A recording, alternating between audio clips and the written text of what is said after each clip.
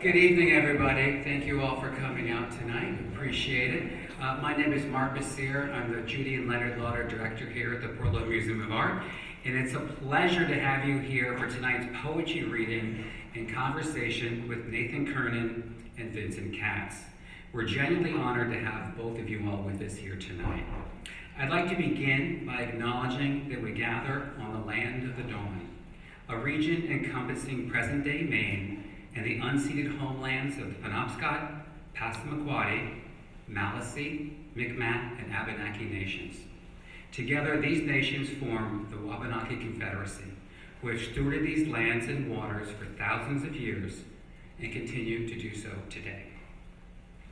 Thank you to many of you who are members of the museum for your continued support. You make programs like this possible and to carry forward our mission of Art for All.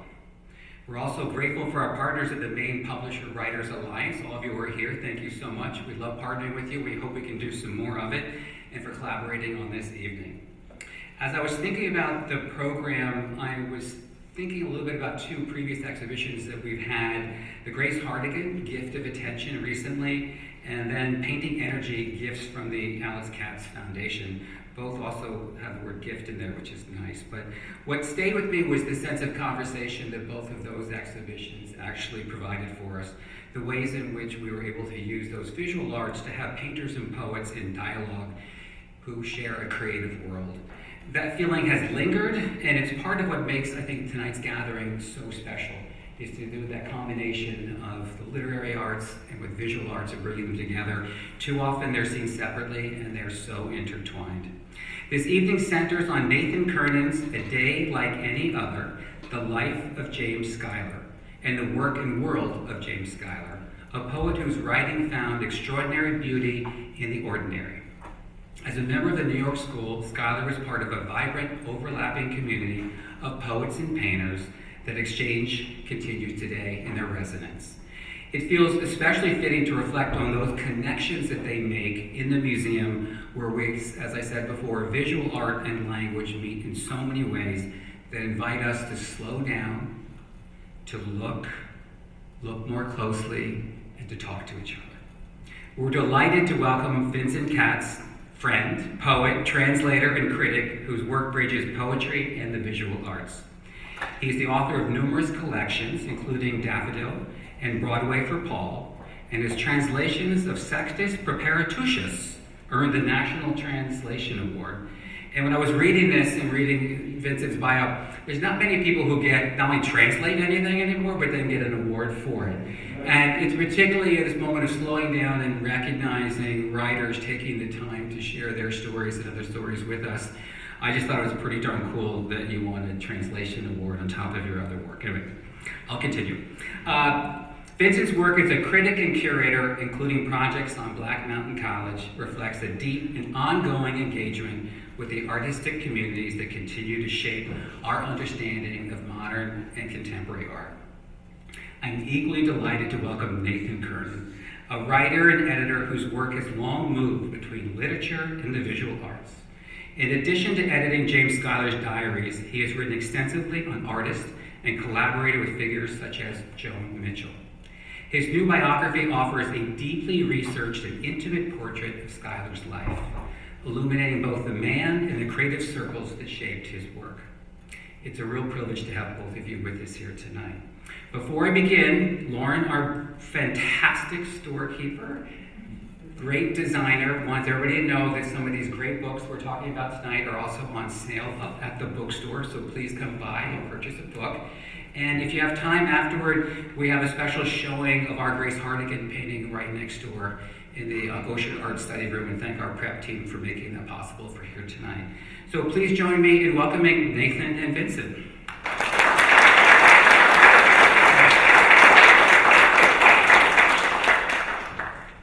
Thank you, Mark.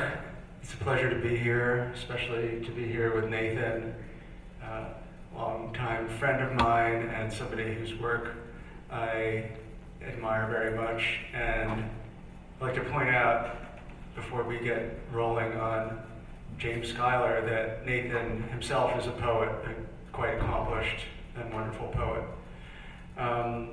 I have a feeling we're going to be referring to him as Jimmy for much of the night because that was how he was known, and we both knew him personally. So yeah, I think it'll be about Jimmy Schuyler tonight. We're going to talk about him in depth, and I have some questions I'd like to ask Nathan about the biography and also about Schuyler himself. But just briefly, for those of you who don't know, James Schuyler was born in 1923 and ended up living in New York City. He spent some time in his early years in Italy, which was very fundamental for his growth and as an artist and as a thinker. But after that, he moved back to New York in the early 1950s and was based there for the rest of his life until his death in 1991. Is that right? And he also had a very strong relationship to the state of Maine, largely through the family of Fairfield and Ann Porter, with whom he lived for some time in Southampton, New York, and also summers here on Great Spruce Head Island, which was an island that belonged to the Porter family. There were 6 siblings, I believe. Anyway, a number of siblings that the father bought this island and gave it to them. So I'm going to do a poetry reading. I'll start with some poems by Schuyler, some of my favorite poems by him, and then I'll read a few poems of my own that I think have a relationship, well, some of them directly, to Schuyler. So this is from his first book. Interestingly, his first collection, he did publish things before that, but this first collection called Freely Espousing, published by Paris Review Editions in 1969, so he was about 46. It was kind of a little bit later in life compared to some of his colleagues, but it definitely made a splash. December, it has an epigraph from Francis Jean. Il va neiger dans quelques jours. The giant Norway spruce from Podunk, its lower branches bound, this morning was reared into place at Rockefeller Center. I thought I saw a cold, blue, dusty light sough in its boughs, the way other years the wind thrashing at the giant ornaments recalled other years and Christmas trees more homey. Each December, I always think I hate the over-commercialized event. And then bells ring, or tiny light bulbs wink above the entrance to Bonwit Teller, or Catherine, going on 5, wants to look at all the empty, sample, gift-wrapped boxes up Fifth Avenue in swank shops. And how can I help falling in love? A calm, secret exultation of the spirit that tastes like seal test eggnog, made from milk solids, vanillin, artificial rum flavoring. A milky impulse to kiss and be friends. It's like what George and I were talking about, the East-West Coast Divide. Californians need to do a thing to enjoy it. A smile on the street may be loads. You don't have to undress everybody. You didn't visit the Alps? No, but I saw them from the train. They were black and streaked with snow. Having and giving, but also catching glimpses, hints that are revelations. To have been so happy is a promise. And if it isn't kept, that doesn't matter. It may snow, falling softly on lashes of eyes you love, and a cold cheek grow warm next to your own in hushed, dark, familial December.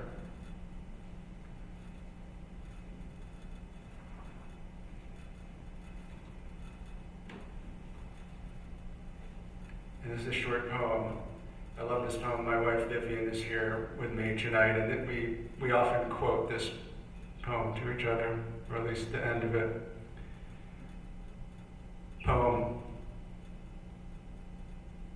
How about an oak leaf, if you had to be a leaf? Suppose you had your life to live over, knowing what you know. Suppose you had plenty money. Get away from me, you little fool. Evening of a day in early March.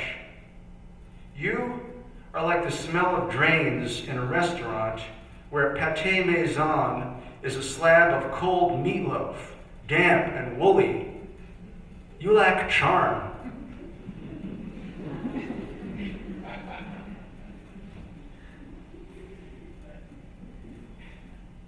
And now I'm moving to Schuyler's second published collection, The Crystal Lithium, published in 1972.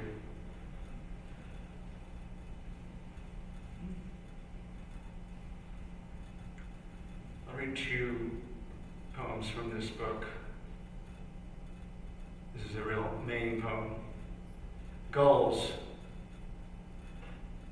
Gulls loudly insist on indefensible rights. Spruce gather together on spindle shanks. Queen Anne's lace chip platters at perilous angles. Hawkweed all sneeze at the same time. Rocks go back to sleep. Birches grunt as they scratch themselves. Stumps grow old in hospitableness. Moss, free of dandruff.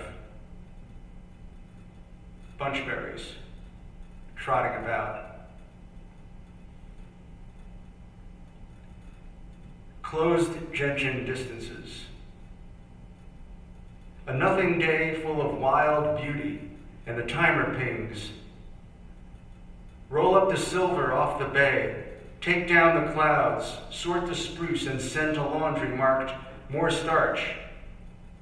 Goodbye golden and silverrod, asters, bayberry, crisp in elegance. Little fish stream by, a river in water.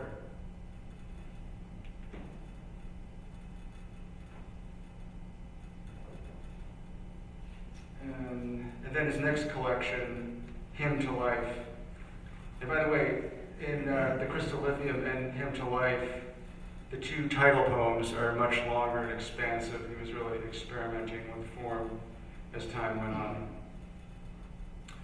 So this poem's called Mike, and it's from a section of this book, the first section of this book, which is called Waterbury. And it was when he was institutionalized in Waterbury, Vermont. And we're going to talk a little bit later about, his mental health challenges and also how he was able to create in the midst of them. But that's the context for this poem. Mike, for Tree Stockwell. Carly Simon on the juke.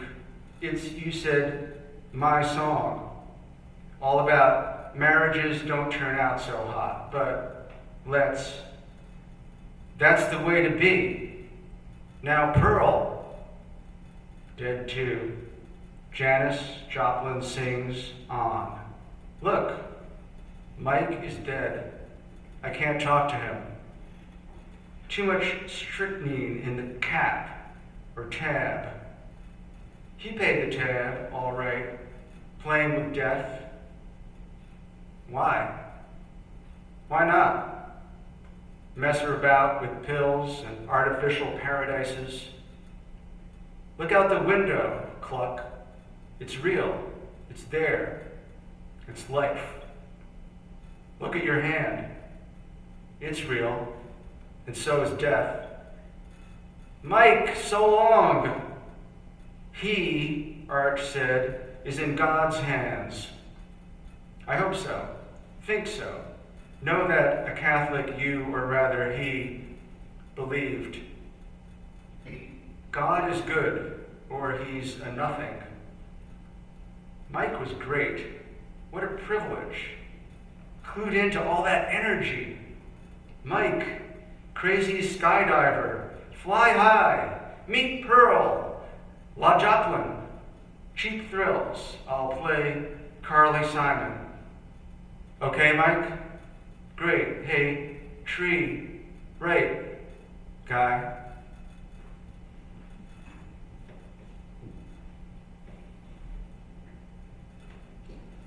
And now I'm going to read a few poems from a book of mine that collects poems from, I went back to my teenage years when I first started writing and publishing and was very influenced by Schuyler and other poets of his generation and the generations after him, mainly centered in New York, but not only in New York.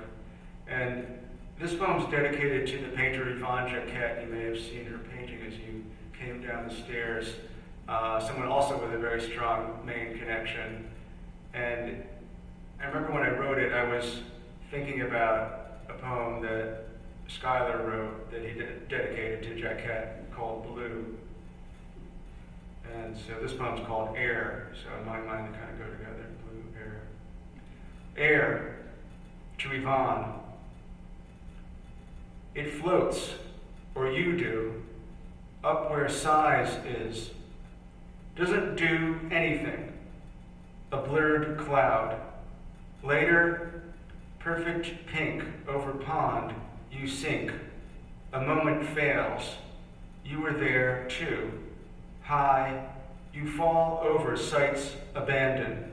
Prism in weather. Above, in seasons.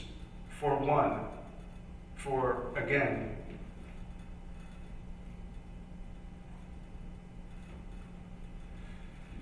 The sky. I looked and tried to remember. There was a feeling of relief there in the sky. Distant spaces, grand shapes, and centrally a lighter patch that was a document of earlier activity. An excellent calm descended on the neighborhood. Planes and cars and birds were heard, but lightly, and breeze through the leaves.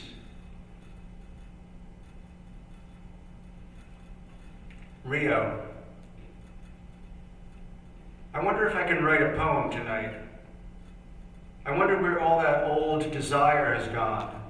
Desire of and for the city. I guess it has gone into generations. I remember, and that is interminable. An indistinct rumor from the street below reminds me of another continent's city. Then there is quiet, a Sunday. I am trapped between birth and death. Everyone, even little Michaela, faces death. What are we waiting here for? Should we go to the beach? Try for something that will change everything? Is that even possible?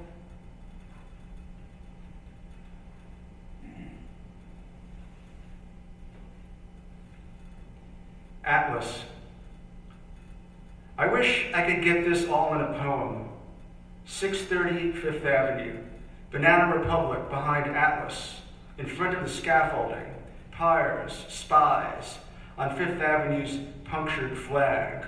Ugo Rondinone, Louis Vuitton, Henri Bendel, spy on the cathedral, New York's radio, New York to Naples, clean air hybrid bus, and a pleasant space, pedestrian bus traffic shade. Flags, all colors, lavish lobby, cross traffic to plaza, Art Deco falcon ship, slaves, stone mass markers athwart walkers. We'll end up between Charles Scribner's sons. GE is monolith. Pedestrian traffic back. Fifth take descent. In poetry's sleeping hand. Doorway to heaven? What kills me is traffic, but I've got strong legs. Who kills is crazed. 24 ATM. Navel pierced through scrim T. Tourist entrapment. You can buy all kinds of bullshit, but is the ego up to par?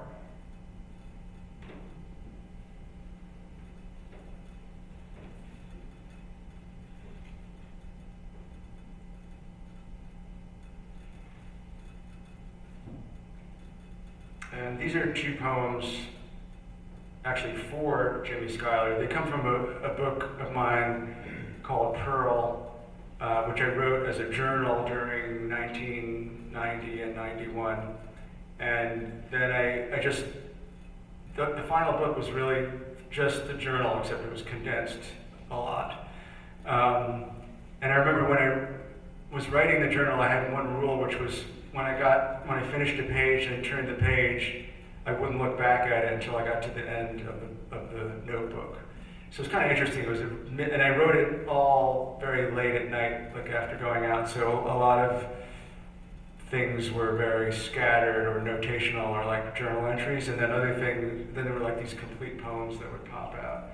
And I have this idea from Schuyler that's always been very influential for me, because he has a lot of poems that are really about looking and paying attention, and Nathan writes about, the idea of the window and looking out the window, and perceiving things, but it's kind of more than that. It's like a real attention that is brought to what one sees, which most of the time is nothing too dramatic, nothing in particular. But I found that it can be a practice to just do that, even if you don't write a poem or make a painting out of it, but just like to do that, to look and observe. And then I found that, and be still, I found that almost inevitably, if you stay there for, like, say, an hour or more, something will pop into your frame. There'll be like some point that gives the whole afternoon a point. And likewise with this journal, as I said, it was kind of just random things that were happening in life, this and that, and going to movies and listening to records and things like that. And then in the midst of it, Jimmy Schuyler died, and that became the point of this book, which eventually was called Pearl, which, as you heard, Janis Joplin was very important to Schuyler, and her last album, posthumously released album, was called Pearl. Never fuss about a room. I saw him Thursday, and 2 days later he is dead. Poetry's biting stream has flowed through him and ceased. He caused us to examine our sleeping. Bright epithets arose from his way of calling, and the timer pings. He had a way of focusing, of letting the detail be transported into something huge and white, like the Vatican. He couldn't speak on Thursday, but seemed to understand us. I held his hand. He grabbed me tight. Trucks took the garbage away. 2 toes were missing. He indicated he wanted the sheet off, then dragged it back. I was going to give him a copy of my book, then decided to mail it since he couldn't hold anything. He greeted transatlantic boat travelers, but had no time to wear them out. A steady single hum pervaded his life, miming truth and justice, till a damp array of verdure tumbled toward me, allowing me to see him as I always had, a seer able to react, and a creator bent to originate. I hallucinate. Pearl. Jimmy was always so kind. When I was a kid, he bought me 2 Janis Joplin albums. I got them old Cosmic Blues Again, Mama, and Pearl. And another time, he gave me the classic Kinks album, Arthur. On that album, the Kinks reached a textural height with songs like Brainwashed and Young and Innocent Days. Jimmy was right with it, as he wrote, "Look at your hand, it's real." He wrote me a letter which said, "Bruno says to tell Sonny, but I can't make out the rest." The 2 dogs never did meet, and he would send me $1 for Christmas. Now at 2 a.m., it rains, the kind of rain Jimmy would have noticed.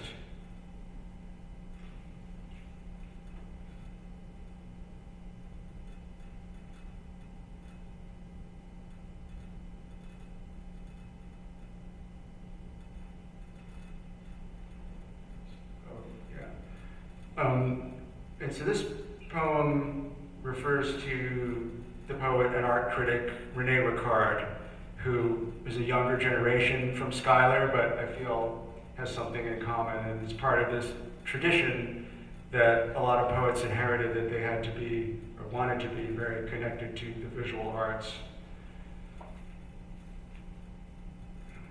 And it's called La Traviata, and it begins with an epigraph, which is actually from something written by Theodore Roosevelt, which I found quite amazing. Is if you go into the lobby of the Natural History Museum, there are these incredible murals. It's like going back in time.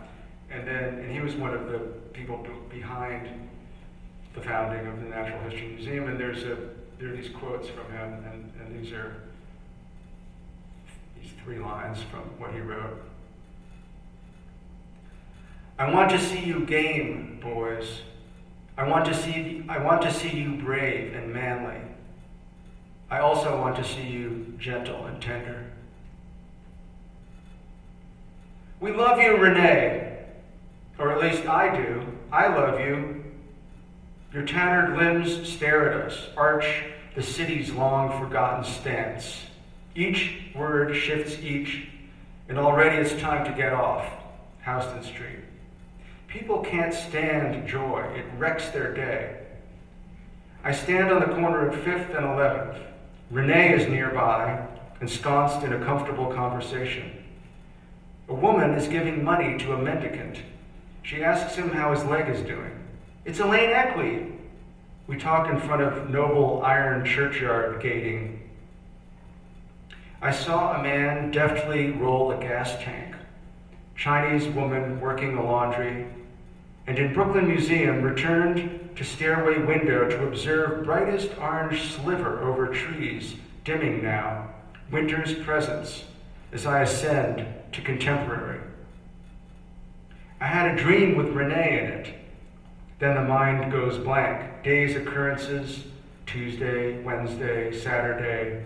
You're in a vice between what happened and what will. The new painting, the museum, the new space, tomorrow's opera. Renee believes in eternity. He told me so. I don't. And now I'm told he's moved to the arts club. The conversation the 2 coffee servers are having at the Temple of Dendur, there was something on it in the Times today. Where did you meet her? In a bar? Is suddenly much more interesting than the overblown exhibition you have come to see. Fashion displacing art, sound system and projections defiling temple silence. The exhibition, in fact, is the parade of film crews, while objects on display are mere documentation. I take pleasure in the suffering of these fools with Betacam, SPs, lights, extension cords, portable audio. They are working so hard. Don't they know that art should appear effortless?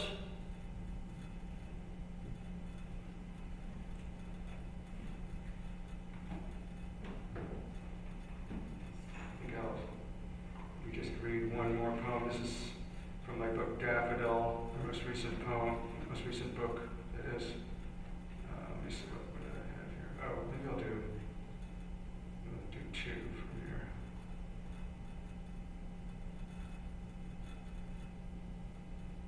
I'll read 2 poems from Daffodil. Lincolnville Motel, 1. 2 overturned wheelbarrows, 2 rakes and a shovel, a panoply of silence, sun coming up above the tree line, a good, honest cup of coffee, a selection of books for your perusal, and don't forget the LPs. 2. A pure light, a pure haze, and the air is light, a little cooler than yesterday. Crow caws, Sally the golden lab says goodbye to me silently. She knows I'm going, knows I'll be back. Sad for a moment, now she bounds up looking for her ball and Alice, who is outside. Someone comes in for a coffee in a robe. The cars roll by in back of it. And I had to read this poem tonight. Press Hotel, Portland. To be brought to a place where word is prime is unexpected pleasure. Its continuousness others make continuous gesture. It is a low light that fronts brusque temps, light licking flapping flags, a lofted, landlocked lighthouse, industrious blowers. The light keeps getting brighter, and the gold atop that steeple.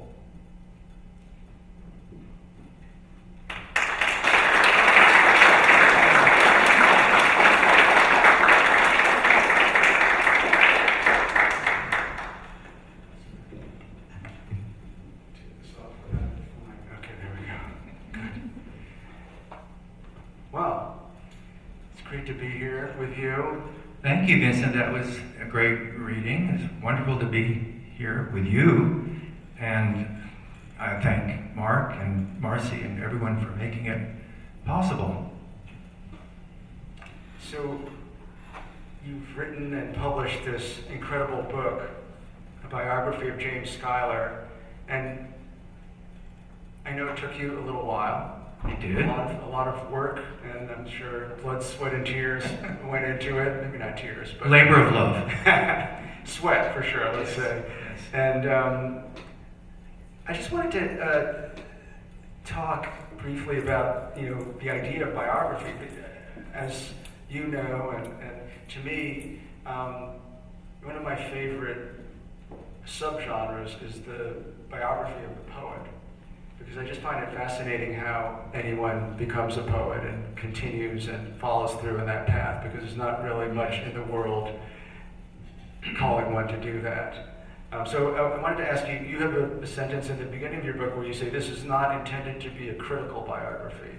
I was wondering if you could talk to the audience for a minute about the difference between what you've written and a critical biography. Yeah, I mean, I'm not a literary critic. I don't have the training to. I mean, there are some amazing critics who have written about Schuyler and other poets in great, fascinating depth, and with an academic frame of mind. And I wasn't interested in doing that. I couldn't have done that. I just wanted to know more about his life. I love reading biographies, although I had to stop reading biographies while I was working on the book. I didn't want to. I don't know why. I just didn't want to be intimidated by other people's wonderful books. But I normally love reading biographies, and I love, learning how somebody becomes a writer or becomes whatever they do become. I love what Jimmy said about reading Charles Darwin's autobiography. He was fascinated to know how he turned out to be him. And I kind of had that in my head. But a critical biography, of course, normally would go deeply into the poems and really be based on that. And it started out, I wasn't going to write about the poems, but my editor said you really have to. And of course, I got into it and I really enjoyed it. It was one of the parts that I enjoyed the most doing, actually. But I just to keep going a little bit, I only wanted to write what I felt was to restate what was self-evident in the poems. Well, that's an interesting statement. I read that you thought that, but I think you do more than that. I think that's a little self-effacing to say that. It is, I guess it is, but that's how I started out. Okay. Well, to start out talking about Schuyler, I would like to ask you about the importance of painting and the visual arts and the artists that he knew to him. And I just wanted to quote, there's this great short piece that Schuyler wrote called Poet and Painter Overture that was published in a very important anthology published by Grove Press in 1960. It was called New American Poetry, and it really put on the map the beat poets, the Black Mountain School poets, New York School poets. And Schuyler writes in this, New York poets, except I suppose the colorblind, are affected most by the floods of paint in whose crashing surf we all scramble. And then later on he says, writers and musicians may be in the boat, but they don't steer. And it's just this very, well, first of all, brilliant and playfully written text, which I find very crazy and inspiring to not feel. And I think this is something shared by New York School poets, that they didn't feel intimidated by academia or the need to seem serious. That's right. They were rebelling against, reacting, I would say, against this highly serious academic poets of the 40s. And they felt that no one was, they were their own audience. No one else was reading them. No one was publishing them. There was not yet anything any such thing as the New York School. They were just a group of friends. I sort of wrote out some thoughts here. I just want to say quickly, even the name New York School Poets, as they say, sort of started out as a joke by John Bernard Myers. Right. Because they were New York School painters. That's right. It started as a joke, and John Ashbery, for one, always objected to it. He felt it was too formal or too constraining. But Jimmy, who just took it with a grain of salt and felt, well, it's just ordinary. It's just journalism. It's a handy handle to use. It's nothing. And of course, we use it all the time. Now, even it's stuck. So I wrote a few notes about drawing from the book. James Schuyler's close involvement with visual art, specifically painting, is intrinsically linked to his poetic work and outlook. And this can be traced to his introduction to the social circle of Frank O'Hara and John Ashbery in 1952, which came about through the agency of the art dealer John Bernard Myers, who affected many such connections owing to the fact that he knew everyone, and his Thibordinage gallery represented some of the most exciting young artists of the time, including Jane Freilicher, Larry Rivers, Helen Frankenthaler, and Grace Hardigan, who just had a show here. Jimmy had known Myers from his early years growing up outside Buffalo, New York, where Myers had worked in a bookstore. After reconnecting in New York, Myers invited Jimmy to Larry Rivers' first exhibition opening on October 1st, 1951, where he met O'Hara and Ashbery, and immediately recognized them as kindred spirits and became close friends of them the following year, as well as the whole Thibordinage group of artists. It was sorry to interrupt you, but so Ashbery and O'Hara would have been about 25, and Schuyler a little bit older, right? That's right. Schuyler was about 28, something like that. I don't have it right in my head. He was 4 years older than Ashbery, and I think O'Hara was a year older. I can't remember. Yes, you're right. Quite young. Yeah, they were all very young, mid-20s, early 20s. It was an informal social group, the so-called New York School, without a manifesto or any overt sense of being a movement, but as Kenneth Cope would write, quote, "If you invited one of us to a party, you were likely to get us all, plus one or two more. We were always showing each other our work, poems, plays, stories, paintings. We were each other's main audience, and so in time, each other's main inspiration." As Vincent said, it was very important. James Schuyler's early visits to years that he spent in Italy were very important to him. And his first 2 years he went there were 1947 to 49. But he went back in 1954, and that also was important to him. And he went because he went to Venice for the first time. And in his letters back to O'Hara and to Fairfield Porter, whom he had met a few years earlier in 1952, it is clear that Venice gave him new ways of thinking about both art and pure visual sensation that connected directly both to painting and to his own poetry. He wrote from Venice, "I'm really so foolishly pleased with such vast extents of Venetian art that it's like falling into a bottomless pit of delight." He saw Venice with a painter's eye. Quote, "It's marvelous to have gotten to know Venice well and then have it turn in a day into something so much more beautiful, All the hard whites have turned to cream and roses, and the dry stucco colors have gotten as rich as autumn leaves. Close quote. In writing to Porter, he noted, Venice has given me the sense of a new idea or the freshening of an old one, of how far art can go without artifice or inflation, without sacrificing anything that makes it personal, without diminishing its scale, color, or intensity. I mean something as simple as the connection between people seen in a window at evening and the figures in a Bellini. Soon after his return to New York in the beginning of 1955, he put these insights to use in his breakthrough poem, February. He said he wrote the poem following an earlier attempt to write one in a regular verse form based on his memories of Italy. That poem, however, turned out laborious and flat. He then looked out the window and saw that something marvelous was happening to the light, transforming everything, and that it occurred to him that this was a day like any other. With February, Jimmy comes to the conscious recognition of the poetic territory that was his, free verse put to the service of careful and fluent observation in real time. The effect is not so much descriptive as one of putting the reader in the position of making the same discoveries at the same time as the poet. So I'm just going to read that poem, February.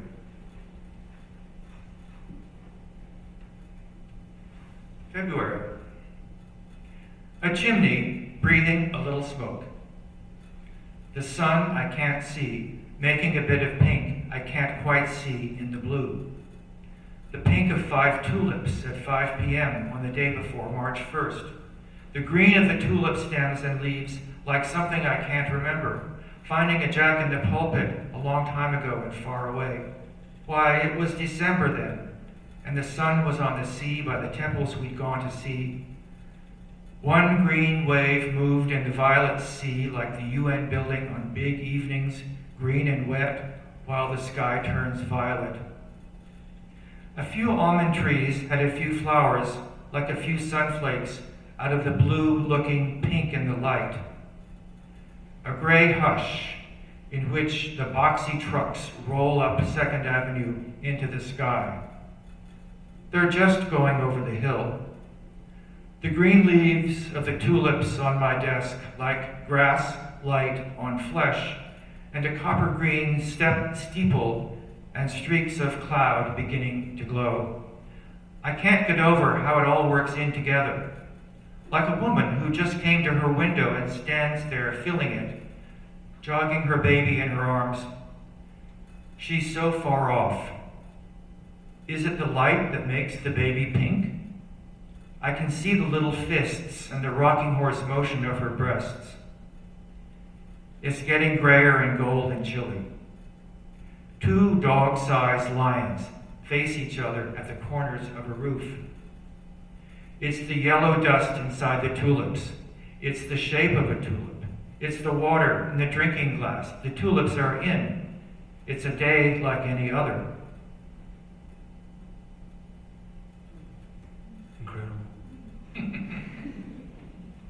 Just to continue a little bit on the theme of Jimmy and painting, Schuyler's poems have often been described as visual or painterly, which is true enough, but possibly beside the point. And the prevalence of the claim may do the work a disservice, I've always felt, to the degree that it could encourage readers to think of it as just illustrative. But Jimmy himself declared in one interview that he tried to write poems that were like Fairfield's paintings. What aspect of Fairfield's paintings did Jimmy want his poems to be like, seeing that the paintings themselves are less about their bucolic subject matter than the imperfect correspondence between painting and visual perception? The poem A Blue Shadow Painting for Fairfield takes as its subject a painting that Fairfield had given him in the hospital and reconstitutes, in a sense, the original scene through imagining the process of its making.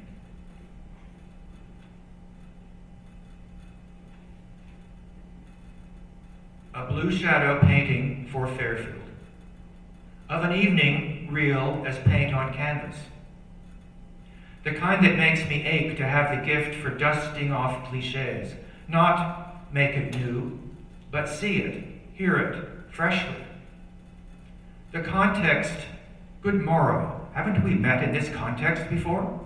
In which, squelch, a brush lifted a load of pigment from the thick glass palette and concentrated, as though he saw neither the work in hand nor the subject, the painter began.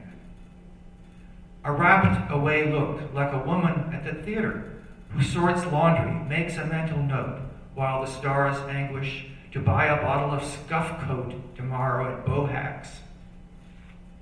The painting is of a sloppy evening in a burst of daily joy. At the left, orange flames. Were they bushes? A gray-black tree at right. Houses, buildings. No more there than, well, two gray strokes together, casual as a scribble, make a slate-roofed tower. Then there's one place where light pink came to rest under a faded buttercup sky. It's like this. The orange assertions, dark there-ness of the tree, malleable steel-gray blueness of the ground and sky, set against, no, with, living with, existing on side of, and part of, the helter-skelter of rust brown, of swift indecipherables.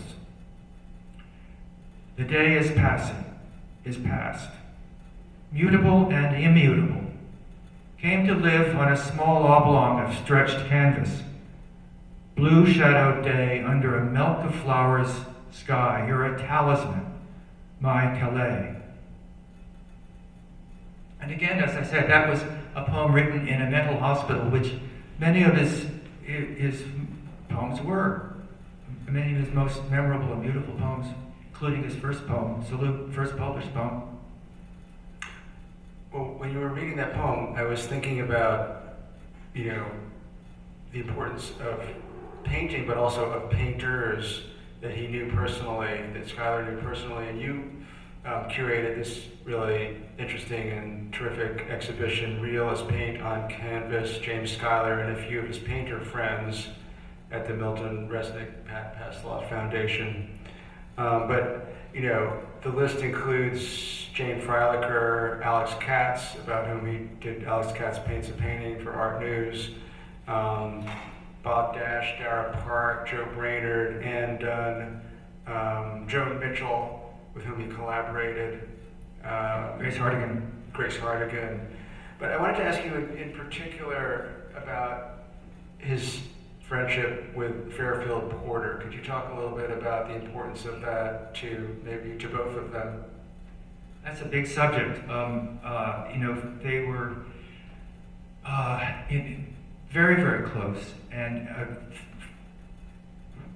when Jimmy wanted his breakdowns in 1961, he was in the hospital in New Haven for about 3 months. And Fairfield came and picked him up and brought him up to Maine and said to him at that time, Jimmy, I'll never let you down. And Jimmy later said he never did. In fact, Jimmy was very needy, and Fairfield Porter was needy in certain ways too. He had a complicated family life, and he was bisexual, and he was exploring his gay persona at that point. And so Jimmy being so needy, he kind of glommed on to the Porters, in a way. And he came to stay, for the one weekend, and he came to stay for another weekend, and he finally just began to live there. He lived there for 11 years with that family. Fairfield, his wife, and their 3 sons had left them. Were not living at home at that point, but their 2 daughters were. And this was, a very interesting relationship. Fairfield and Jimmy did have physical relations at times, but it wasn't primarily that it's oversimplification, I think, or to call them lovers. They loved each other and they were important to each other. Ann Porter later said, I never I never needed to know how physical the relationship was, but Jimmy felt that his being there in a way saved the marriage because it kept Fairfield at home at a time when he was going through a midlife crisis, you might say. And Jimmy appears in a number of Fairfield Porter paintings. He does. I've seen a couple of them, and in one of them, he's ensconced with the family, right? Yeah. Up here. I think. Yeah, it's called The Conversation. It looks like there's no conversation whatsoever going on. Or no, maybe that's not right. I can't remember now what it's called. I remember what they referred to. The family called it Four Ugly People. And it's Jimmy sitting right in the middle of the picture in a chair, and the children and Anne sort of off to the side looking in at him. So it's a little bit of a strange image. But Jimmy was a wonderful model because he liked nothing better than sitting down in a chair for hours and read. And Fairfield would read. He would read to Fairfield while Fairfield was painting. So it was nice. And there's a beautiful portrait. The first portrait that Fairfield did of James Schuyler is in this sequence of paintings. It was 1955, and it's such a tender portrait. You can tell that there was great affection between them. Well, I know we want to leave time for Q&A, but I wanted to also ask you about and highlight Jimmy's friendships and relationships with poets, because I think it's quite remarkable. It stretches from W.H. Auden and Edwin Denby through to his generational friends, John Ashbery, Frank O'Hara, Kenneth Koch, and others. And then it keeps going to the younger generation, which was, in a way, a very different generation because it was the 1960s. These were his generation, were people who grew up during the war, basically. Yes. And some people didn't make the transition that smoothly, but people like Anne, these are just people that he dedicated poems to, and so there are probably many others, but Anne Waldman, Joe Brainerd, Charles North, Clark Coolidge, Michael Brownstein, Bill Berkson.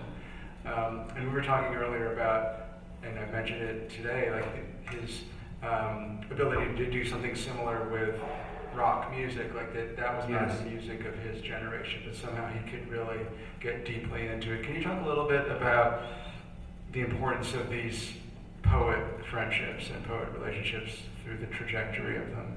Yeah, I mean, he loved reading. He read everything, as John Ashbery said. So he loved knowing about younger poets, new poets, and he loved reading old poets. Eileen Miles was a close friend of his and helper. They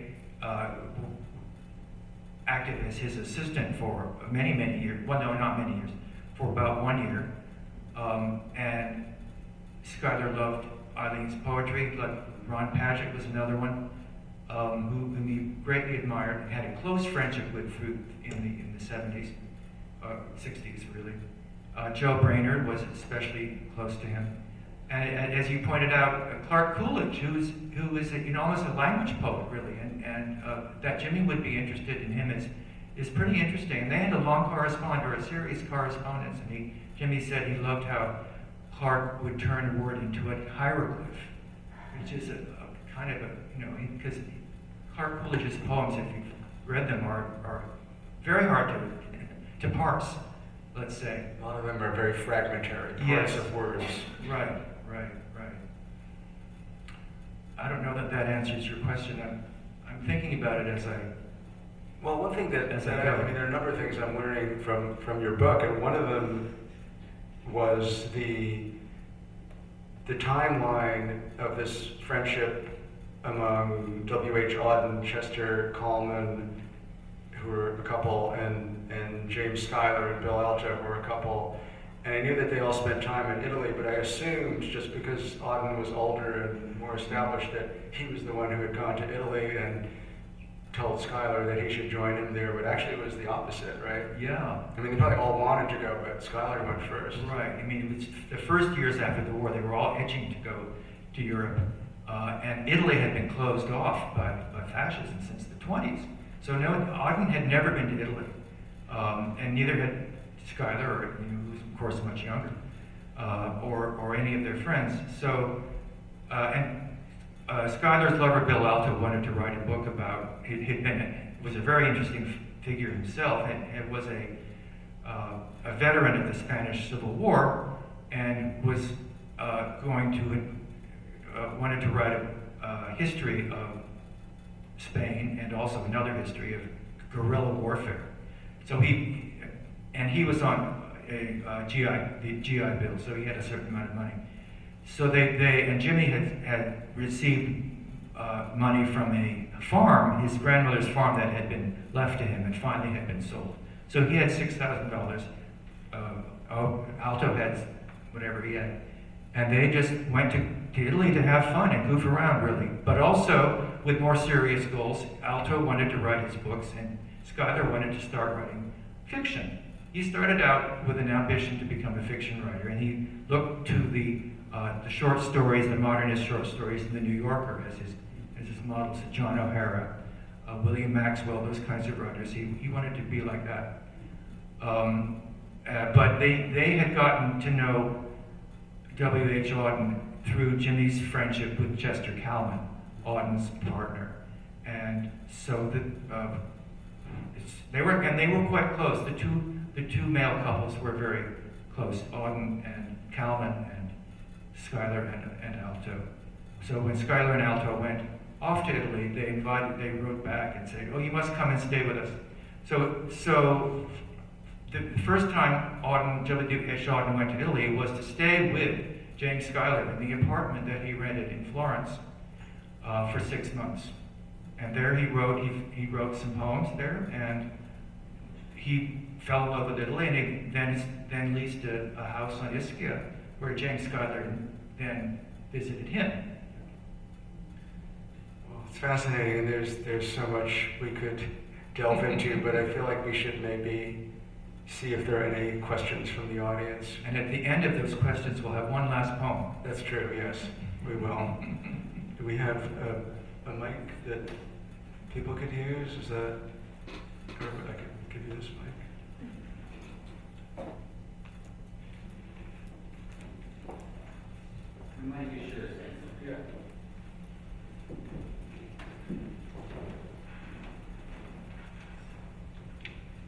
Any questions?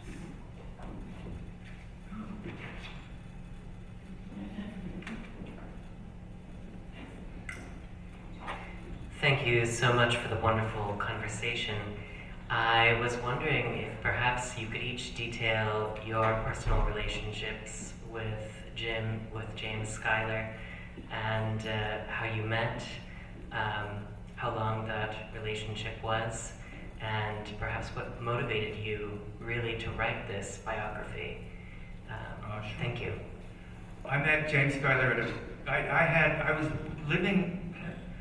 I live in New York. I was working in an art gallery, and a lot of the artists we worked with, or some of them, were involved with the New York School. We showed certain parts of Alex Katz's oeuvre, and an artist named Rodrigo Moynihan we showed, and Rodrigo's wife, Ann Dunn, was a close friend of James Schuyler. So I met Jimmy first very briefly at a party at John Ashbery's house in 1987. And then two close friends of mine, Ann Dunn, the wife of Moynihan, our artist, and Joe Brainerd, the artist and poet, who also was very close and old friend of Schuyler's, both sort of felt that I should meet him. So they both sort of at the same time arranged that we get together. And then the friendship sort of took off from there. And that was quite late, actually, in Schuyler's life, that I really got to know him, really in the last year, in 1990, 89 or 90. And yeah, I loved him, and I thought I was interested in knowing more about his life, and I thought he would make a wonderful. I think there were so many interesting things about his life, and I wanted to know more about him, and I thought it would make a great story. I met him as a child. I was a child, and he was a friend of the family. Anyway, turn it off. Yeah. Oh, so I met Skylar when I was a child, who's a friend of the family, and I just found him to always be such a kind and considerate person to me, and quiet. That's how I saw him. And also, like, as I mentioned, like, very tuned into the kind of things I might be tuned into. Like, I remember visiting them at Fairfield Porter and Ann Porter's home in Southampton, and Jimmy was a family member, so he had his own stuff there. And he had the multiple LP set of the concert for Bangladesh, George Harrison, and he was like, "Hey, do you want to listen to this?" And so we would listen to this album together. And then as I got older and I started to write poetry, there was that part of our friendship as well. And I started to do a magazine with some friends of mine, and we asked him for a poem, and he gave us a poem. And I feel a little chagrined today because he said, "Here's this poem, you can feel free to publish it. It's called Labor Day, but there's a problem because I have another poem called Labor Day, so why don't you think of a title?" And I don't know, either I just spaced out, but it's published as Labor Day anyway. Labor Day 2. I enjoyed the biography so much. It was such a treat to read it. Thank you. And I also, the book of Jimmy's diaries that you published has been such an important book for me over the years. So seeing the biography come out all these years later is just a delight.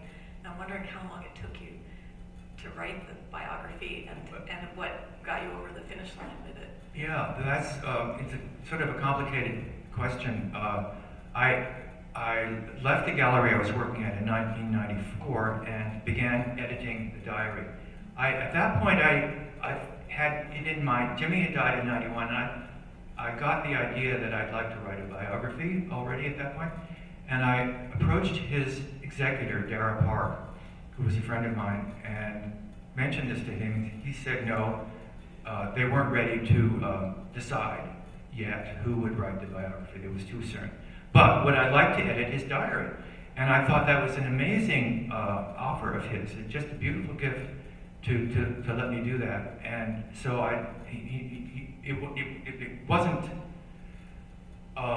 much of, it was a little bit of a research project, but most of the diary existed as typed. It's sort of in shape already. So I just went through it and I did a lot of research for footnotes. I was thinking already of maybe one day finally doing a biography. So I interviewed a lot of people when I was editing the diary, produced a chronology at the end, just a rough outline of his life.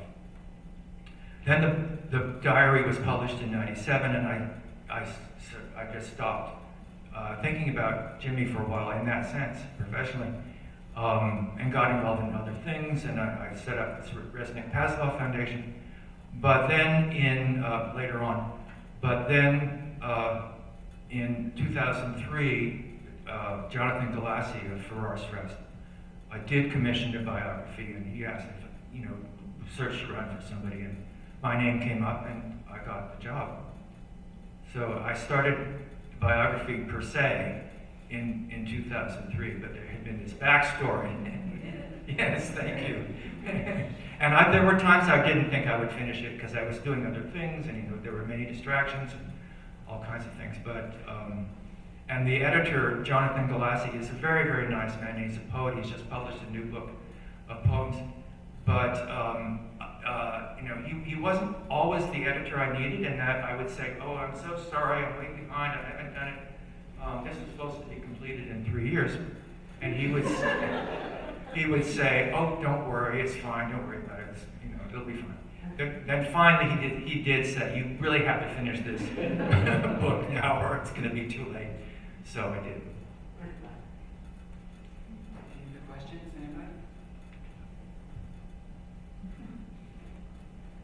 I'm coming with other. I'm coming.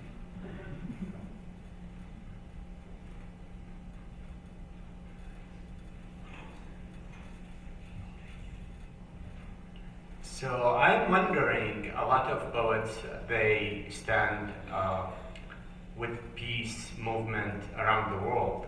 And Jimmy lived a lot of wars in American history. So what his poetry in the wartime? Think He wasn't a political poet in any sense. He was commissioned to write one poem against the Vietnam War. He was commissioned, I think. And do you remember which poem that is? First of the war, right? The war goes on. That's right.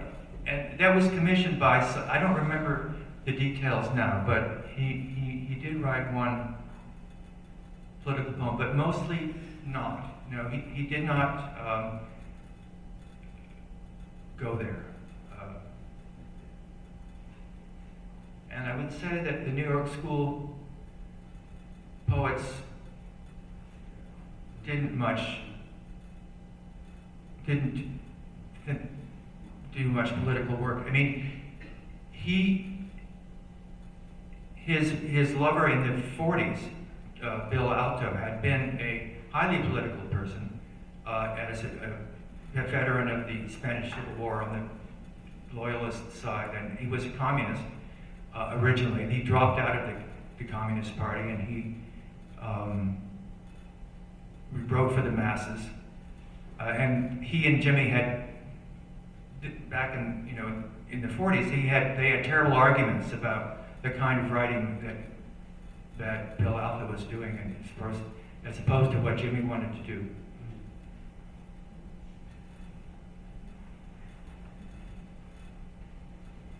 I'm trying to figure out if this is a weird question or not. Maybe you'll answer that.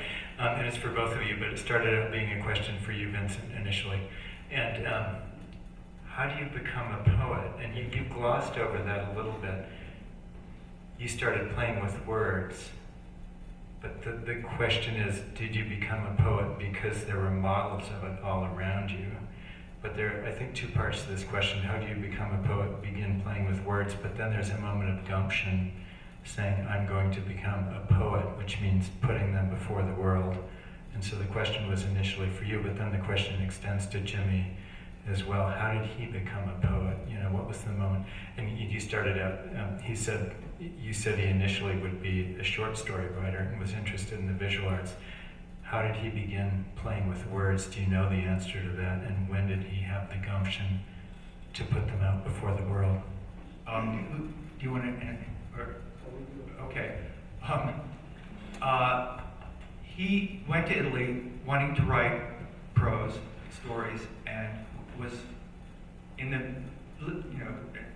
one point living in the house of Auden on Ischia, and Auden asked him to do the typing for him.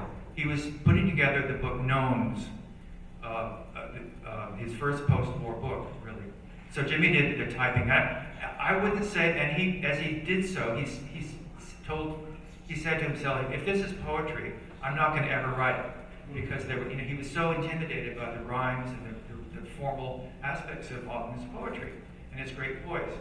But the fact that he would think, if this is poetry, I'm not going to do it like this, means that he must have been thinking of writing poetry already then.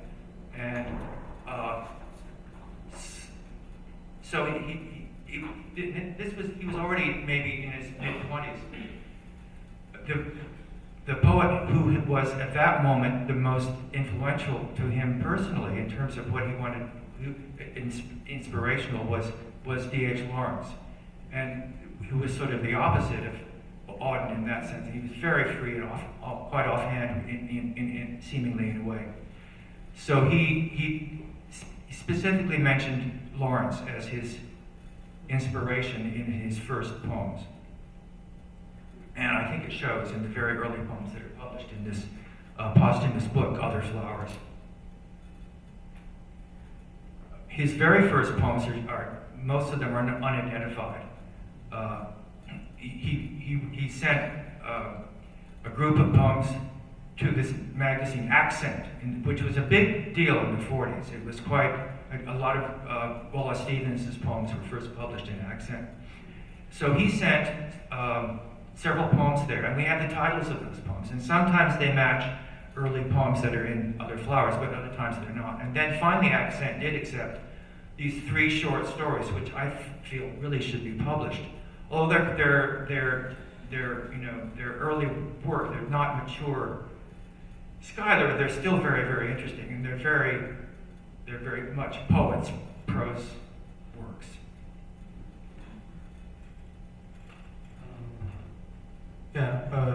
So in my own case, I did grow up around a lot of painters and poets. So, I mean, one thing was that I could see it as something that seemed very natural. It was like a natural pursuit. It didn't seem odd, the idea of somebody being a poet. These were all friends of the family, so. And then I think you just get attracted to what you get attracted to and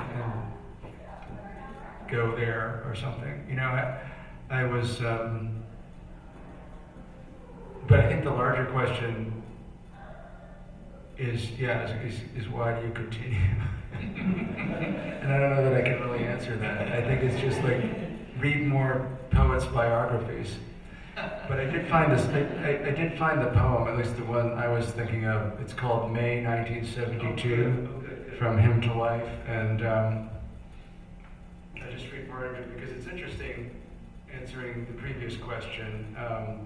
Because it's like a typical Schuyler poem, which he's observing things, a car goes by, you know, but he's bringing in the outer world. So, well, maybe I'll just read it. Soft May mists are here again. There, the war goes on. Beside the privet, the creamy white tulips are extra fine this year. There, foliage curls blackened back. It must return. But when? A cardinal enchants me with its song. All war is wrong. The grass here is green and buttoned down with dandelions. A car goes by. What peace. The war goes on. Fleeing people. The parrot tulips look like twisted guts. Blood on green. Here, a silent scream. Can we, in simple justice, desert our sought allies? Draw out. I don't know. I know the war is wrong. We have it in us to triumph over hate and death, or so the suburban spring suggests. Here, the drive is wet with mist. There, the war goes on. Children are more valuable than flowers. What a choice to make. The war must end. It goes on. Great, very incredible. Thank you all so much. Did you want to end with a poem, or is that the poem you wanted to end with? No, there's Nathan, one did you more. wanna- We just want to end with Salute, which is his first published poem, and one of his very early poems. He wrote it in 1951 in November, and he was had just been confined to a mental hospital after his first serious breakdown. Salute. Past is past, and if one remembers what one meant to do and never did, is not to have thought to do enough? Like that gathering of one of each I planned.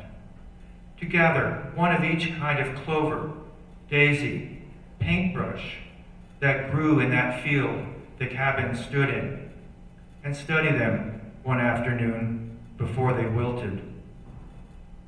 Past is past. I salute that various field.